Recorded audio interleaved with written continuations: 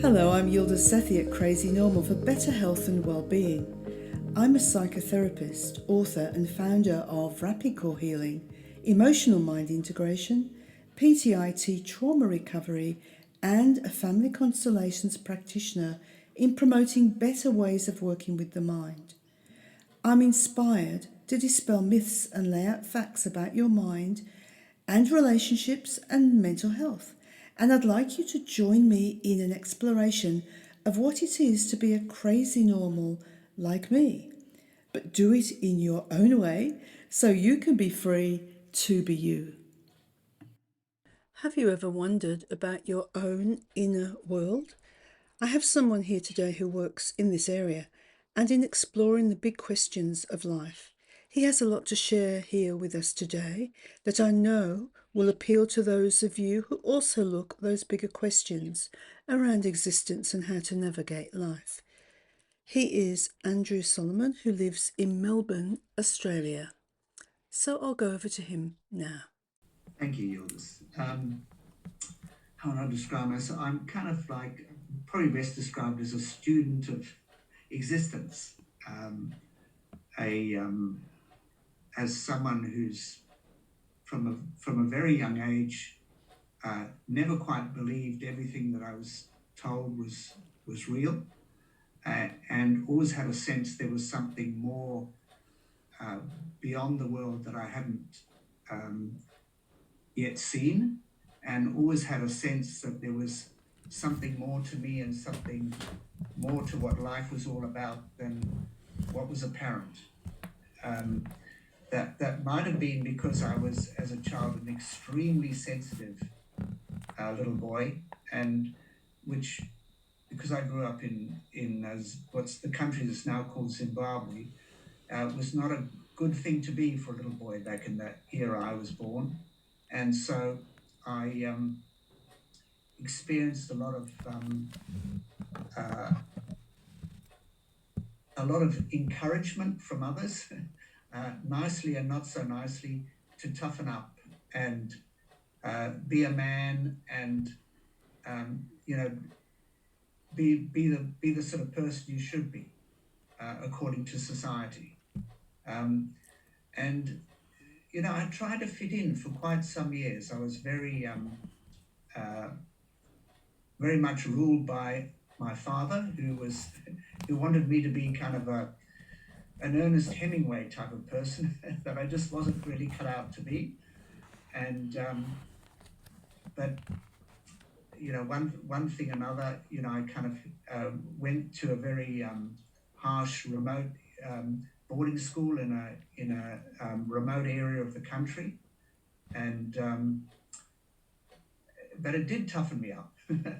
um, Not in probably the nicest way, but certainly in a way that was effective as far as my father was concerned.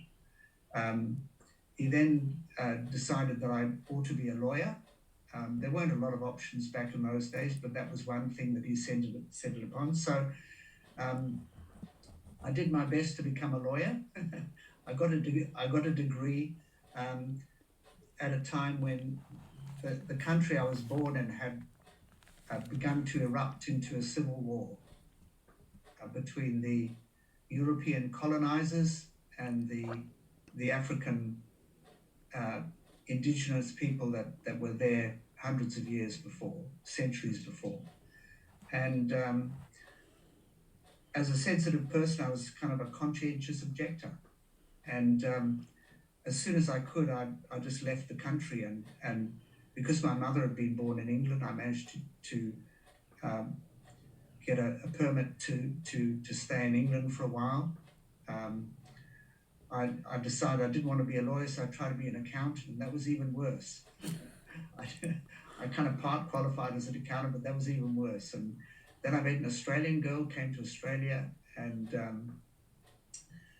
uh, at some point resumed my legal studies because I didn't find a lot of options for me here, and became an Australian lawyer and was an Australian lawyer for 25 years, um, which was certainly not my passion, but it reflected the mindset that I got into as a child, that this was the sort of thing you had to do to be viable. Oh, Because I'd learned when I was a small child that who I was on my own, my intrinsic nature was not a viable proposition in the world, was not a proposition that I could survive in wow. and thrive in. So I tried to be somebody else other than who I was. But along the time of my journey, prompted by, I kind of went on a journey of self transformation. But this idea of not being viable as a person, that's actually quite devastating, isn't it? Don't you think? When you look I back, think yeah, that I think that's something pretty well every human in the world suffers from. yeah, I think mostly we don't know it, we're not aware of it, because we've learned to um, become it. It's familiar to us, and we're just largely not conscious of it. Some of us are, and some of us are not, and that's no judgment. But it kind of depends on, I think, where one puts one's attention on in life. And I think there are some people that put their attention outwardly in life and really ignore what's happening in their inner world. And I think there are people that do things slightly different and put more importance on what's happening on their inner world than what's happening in the outer world. yeah. And I think that then produces the experience we all have in life, one way or another. Um, but I do think that as my belief is that as little children, we're born into the world with a unique nature. The nature nurture um, balance and argument has been going on for many, many decades. But I think we all do have a unique nature, and that as we come into the world, our early caregivers start to nurture that nature, and not always does that work. Um, and so not often always does that the unique nature we came into the world to be um, become fully developed in the world. That's really important what you've just said there. It's, the nature nurture idea. But I just wonder how many of our parents, particularly in my age group and your age group, would really look at the child and try to understand their nature rather than look at society and think, well, look, I've got to bash this child into some shape to fit into society. Um, yeah, that's a difficult one, I isn't think it? Yeah, that is the key question in my mind. Um, I think most people do everything they can for their children, and they want the best for their yep, children. agree. Um, but I heard it was in a movie, a beautiful line in a movie, and it just said, "Parents will do everything for their children, except accept them for who they truly are." And I believe that is the kind of the number one mistake. Well, it's not really a mistake, it's a growing experience that pretty well all caregivers go through and all children experience by Yeah, and large. yeah, And it's that fundamental early experience of not being acknowledged for who you truly are, that I think starts to anchor a deep sense of unworthiness, and a deep sense of there being some defect in the child that grows into a core belief system in unworthiness and then plays out through adult life through the behaviors of that belief system generates. I couldn't agree That's more. my So, as a lawyer, I mean, you're coming into, a profession which is highly respected. Was your sense of being a lawyer different to anybody else's? How did you try to, I mean, you were fitting yourself into this profession, which wasn't ideal, but you're still you and you've still got your own way of looking at the world. Yeah. How did you do that job as a lawyer? Well, I think I certainly didn't rise to the dizzying heights of the profession like many judges Yeah. and people do, but I found that my nature was more suited to trying to find compromises and win-win situations other than by in and out of court and playing the adversarial game, which was pretty well the standard when I was going there. So I didn't. I had a tough time in the legal profession. I didn't always enjoy it. I had the odd good moment, but yeah, by and large, I kept at it because I thought that's what I needed to do to survive in the world and look after my family and daughter and but without particularly being concerned at how I was feeling about it. This is really important, isn't it? Because the reality is we do have to look after our family, right? We do We have do, to, yes, get a home, pay the bills, etc. So that's not anything we can just forget about. So what were your key moments of change? What were the things that suddenly came into your life, or you experienced, or there was a sudden aha moment? um, apart from as a little child, always sort of get feeling there's a sense there's something more to life than this. Um, when I left my country of birth and I was living in England for several years, I had what would now be known as a spontaneous out of body experience. Wow. Okay. I had a moment. When I was not drinking or on drugs or anything like that, but quite conscious and but in a very relaxed state. I think it was kind of a warm, sunny afternoon in a relaxed state where I kind of just really did quite conscious one afternoon. Not then suddenly I found myself, my whole reality, looking down at my body sitting on a chair from a point above the ceiling. And I remember that was 50 odd years ago now, or nearly 50 years ago, but I remember it as clearly today as I did then. Yes. And what was so profound about it was that I had a fully conscious experience that was independent of the body. I don't know how long it lasted, but when I had a fearful thought, oh, I wonder if ever get back in the body, suddenly, boom, You're I was back. back in the body just like that with a shock. Um, Unexpected experience changed everything I thought about life. Went into the question mark That category sounds instead of quite yeah, fundamental very yeah. early on.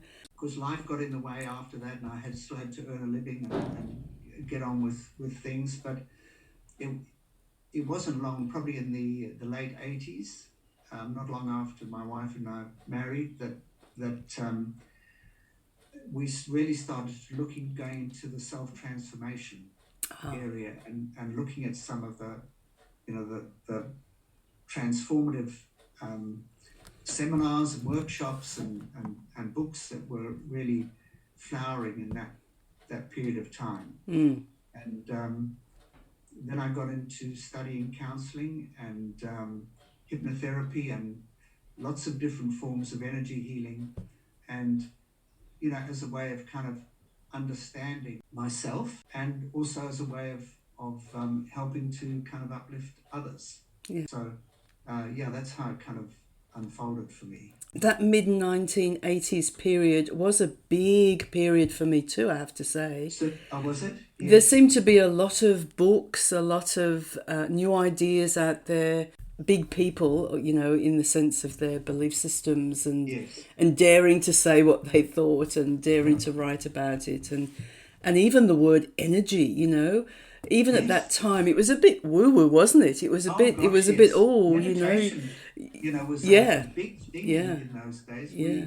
we spent 3 or so years steeped in transcendental meditation back then, which had just come out, and Yeah. we did move on after 3 years, but we were deep because that was kind of the flavor of the month. But there were people coming from other parts of the world. There was an explosion in searching for Yes. for meaning and in life, and it was a very exciting time to be alive in a way. And It seems like the alternative peak in absolutely, that period. And there was a lot of stuff that was a bit crazy as well. it You know, was, you yes, had to kind of put your discretion hat on, didn't you? yes, And yes, work out, oh, does this feel right or not? yeah, But really, it was an exciting period of many yes. possibilities. I mean, I think that discretion point is very, very important Yes. because there are lots of possibilities today.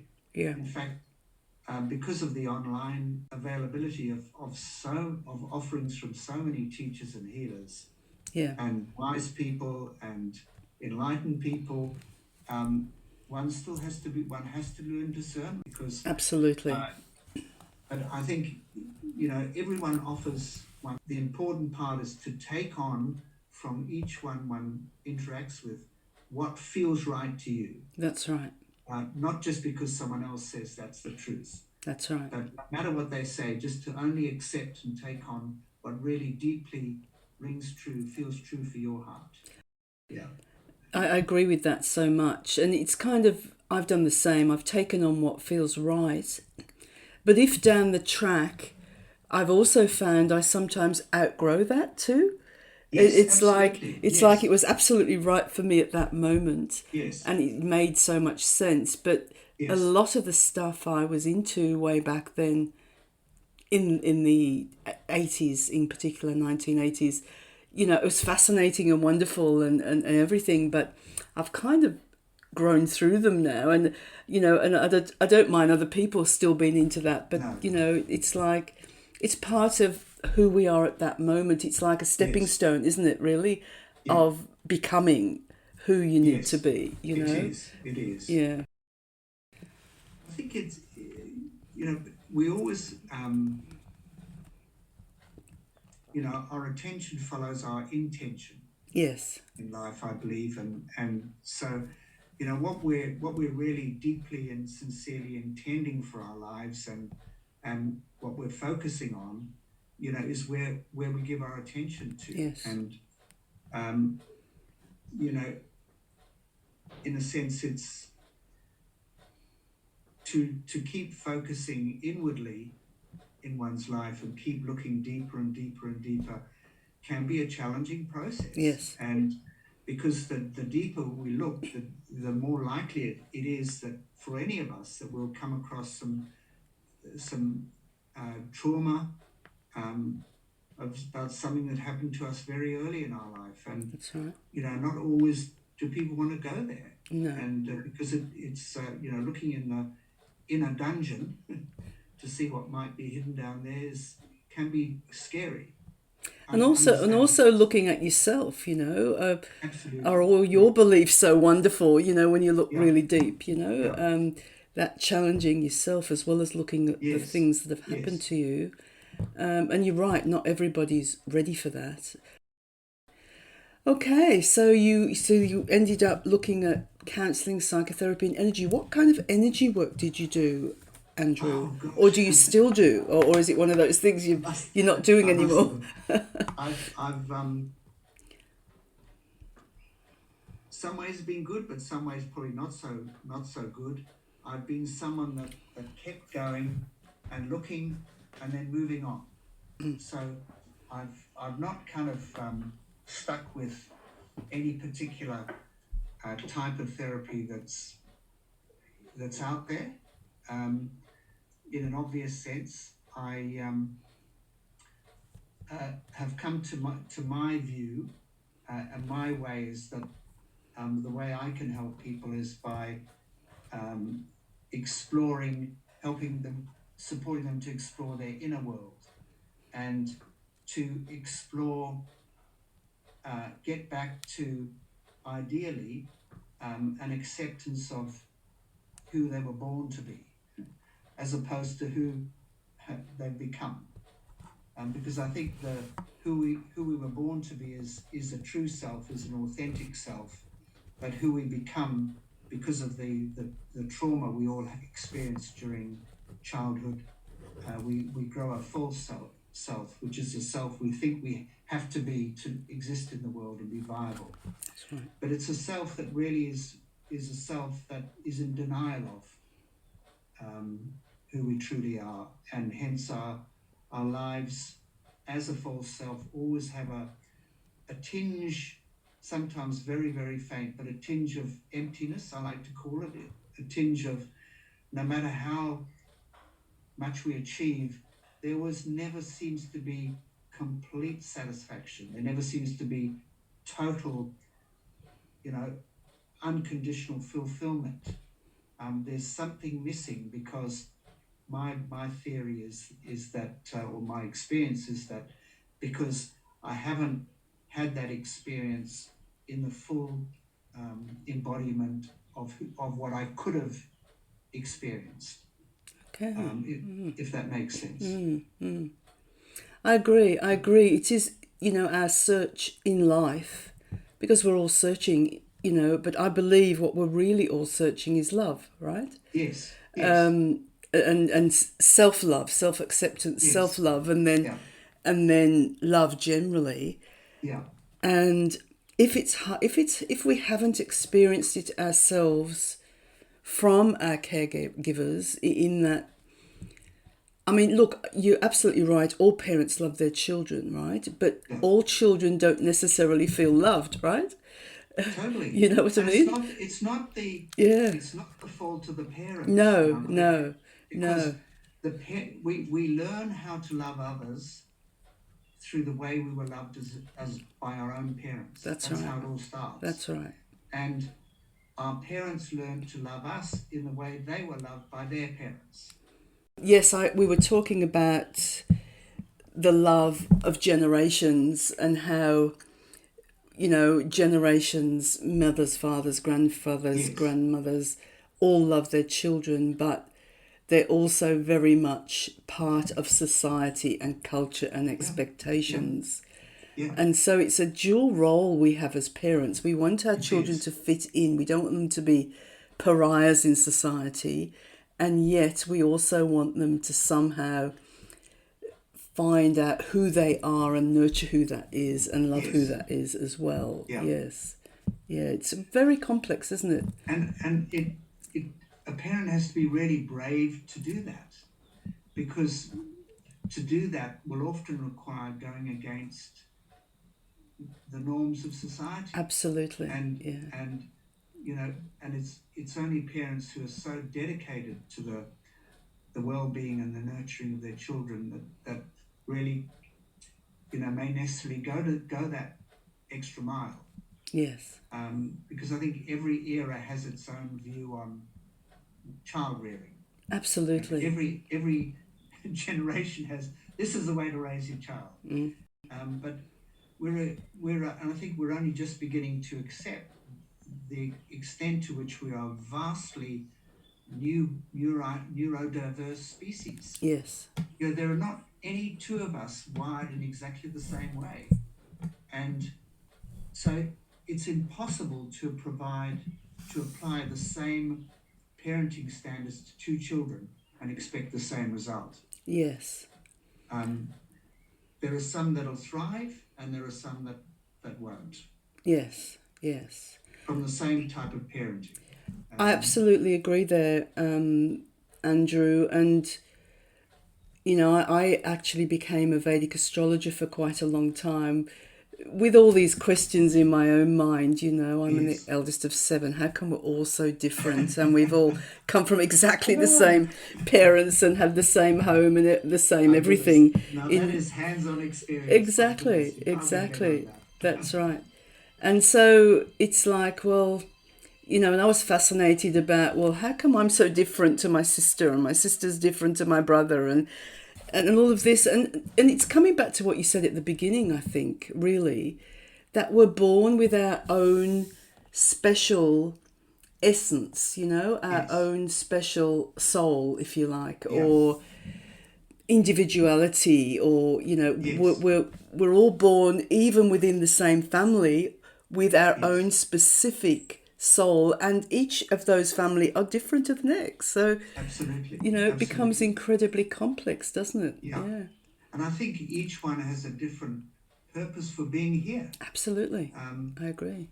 the analogy I use a lot and I love is that works for me is that, you know, an apple seed knows how to become an apple tree. And I believe we're the same. I Yes, believe that given the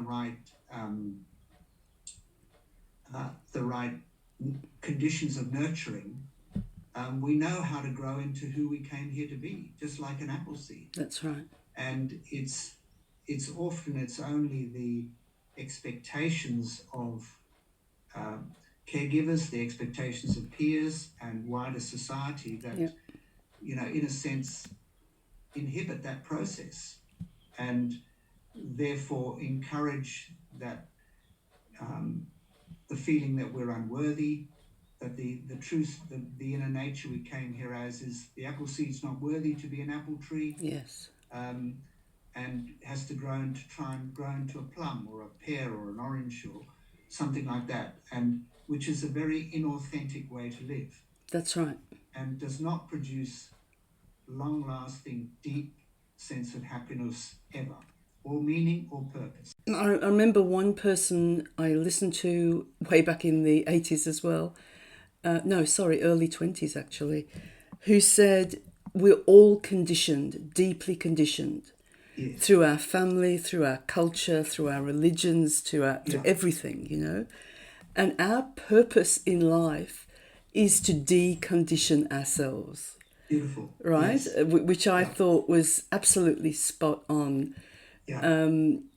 Decondition ourselves and yet still remain moral, right? Yes. Still do the right thing. You're not going to go out there and become a mass murderer or anything. But, so within that frame, decondition yourself so that you can Yes.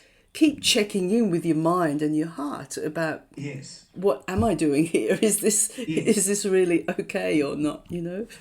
And it takes a lot of personal development to get to that point. And, none of us start at that point. We all No. have to grow. And for me, honestly, it's often taken disasters and Yes. obstacles Yeah. to make you really think, well, okay, do I really want to go there? And if I really do, well, guess what? I'm just going to do it. But lots of blocks on the way and lots of Yeah. problems on the way. But if you're really clear about what you want to do with your life, it's worthwhile, I believe. I think it's the healing journey we all, well, many of us go on, and I think all of us at some level go on, whether we're consciously aware of it or not. Um, my my personal favorite definition of healing is the restoration of the awareness of the true self. Um, that's the one I ascribe to, and which my work is based on. Um, so um, another way of putting that is that um, was a quote from a psychologist, and a British psychologist called Amy Lowe that I love, Okay. and that she says that the purpose of life is not to become perfect, Yes. but instead to perfect the love you have for yourself. Mm. And I think one of the distortions that society uh, impresses on us is that we somehow need to become perfect. But what is That we're perfect? not That's we're that's not my okay. question. What is perfect, right? For me, perfect is being the authentic you without putting any conditions on it, without having any expectations of it, without having any attachment to being anything else. Mm. That would be my kind What of take what on it. I've often said is we're perfect in our imperfections, right? Yes, yeah. And But even that, the apple seed's not imperfect. no, no, It's no, it's not perfect. at all. Not at all. Yeah, that's right. And who set up this idea of perfect anyway? I mean, I Well, don't that's know. right. You know, I don't know what Yes. that's about. You know, nobody's perfect. So, what do you do at the moment? Then you see people. Do you, Andrew? Is that Yes, what you do I in your do. work? Yeah. I like to, probably the best thing is like I do inner self healing. Right. Um, so I use my intuition, I use a whole bag of tools from different modalities, and I've got a deep knowledge of the metaphysics of being human, and particularly the metaphysics of psychology that I kind of dive into and kind of help try and support and help people through whatever problems are going on in their lives. And because Okay. what I've come to realize is the that whatever's triggering one and one's finding challenging in one's life now is not necessarily a new experience, but we're feeling um, emotionally triggered by it because it's reminding us of a feeling we've had before.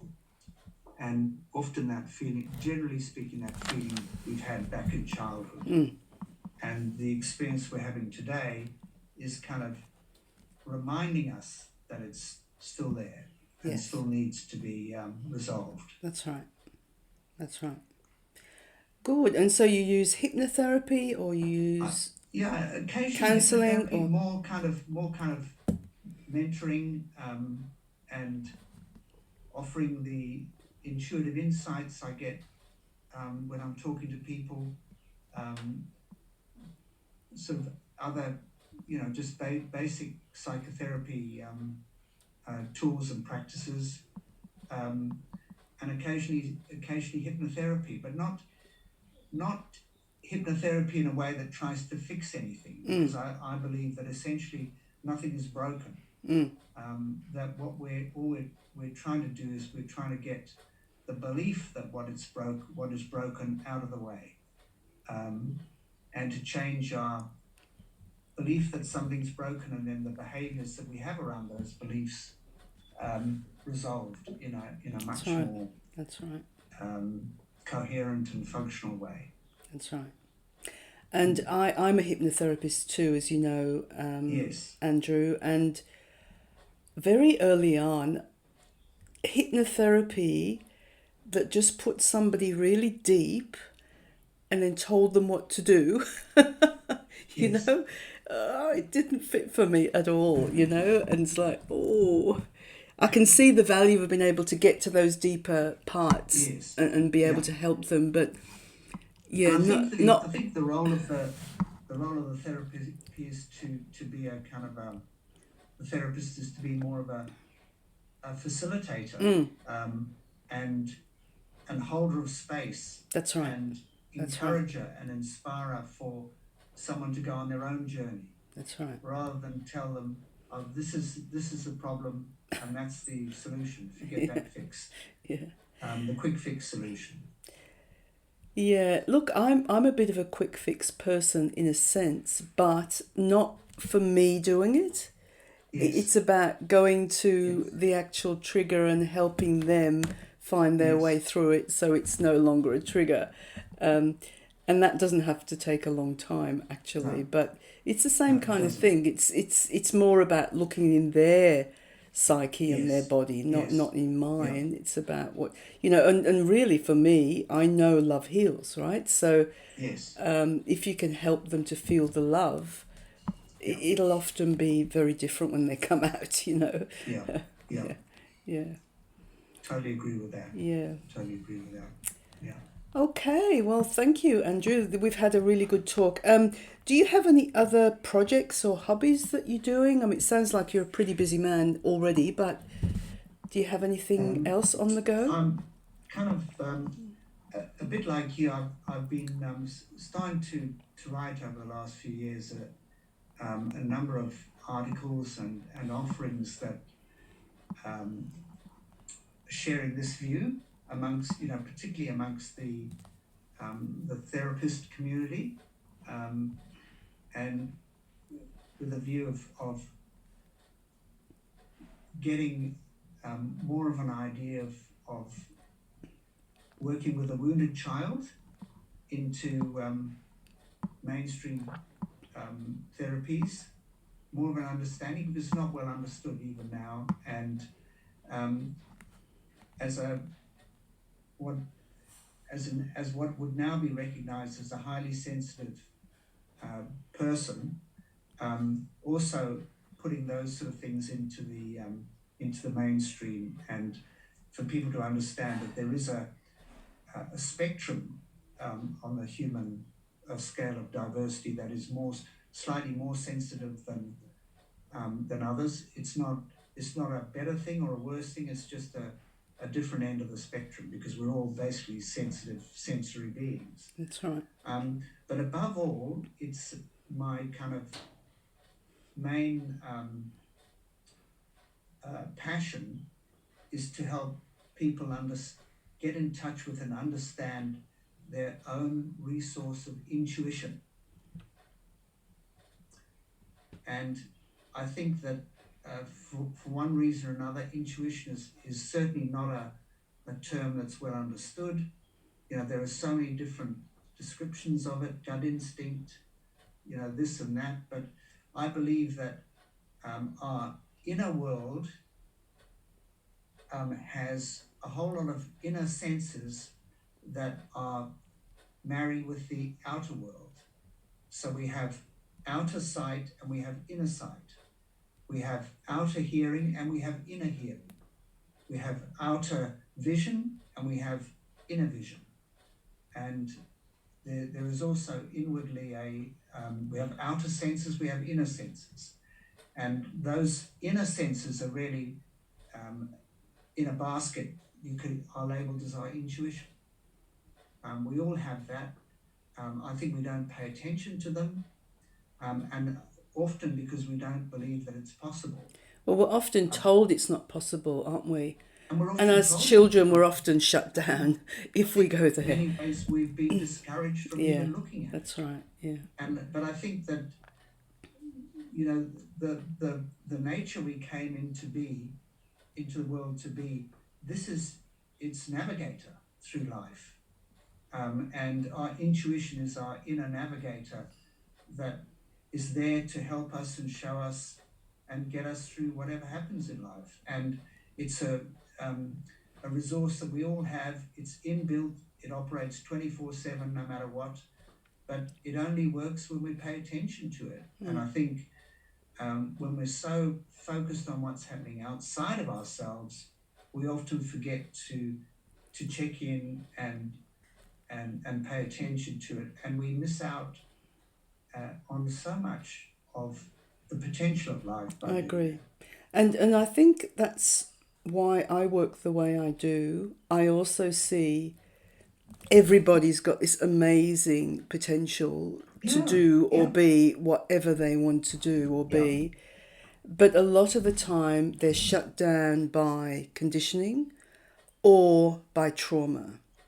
Yeah. And so I see the way I work in helping them resolve their conditioning and come out of their conditioning and resolve their trauma can open people up to be able to feel how they feel and notice their gut reactions and because before that they've been in fear. You mentioned fear before, right?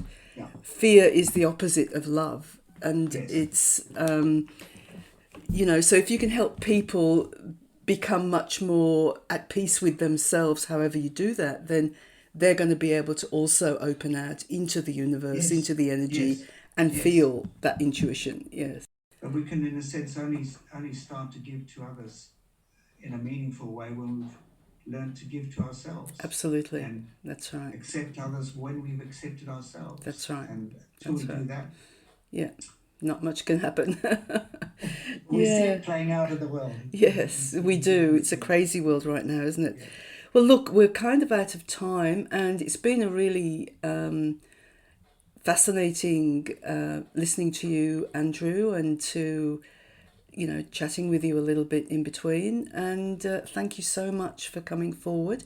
Do you work remotely with people, or do you just do people in person? Pretty well all on, pretty well all online. Okay, yeah. So that makes it available to I do everybody. plan to do some classes, Yeah, online classes yeah. to as well. Okay, good. Um, I used to do classes in person, but that's really not Yeah, really an option these days. But yeah. yeah, Okay. Yes, best of wishes to you, Andrew, in what you're developing and what you're doing and what you're enjoying in life. And thank you very much for coming on. thank you, Yildiz. Pleasure to talk to you. Thank you. I hope you enjoyed getting to know a little about Andrew and his perspective on life and how to make the most of it. I will add Andrew's website, andrewsolomanhealing.com, into the episode notes so that you can look him up and see what he has to offer. You can find out more about me and what I offer at rapidcorehealing.com or contact me at yildiz@yildizsethi.com.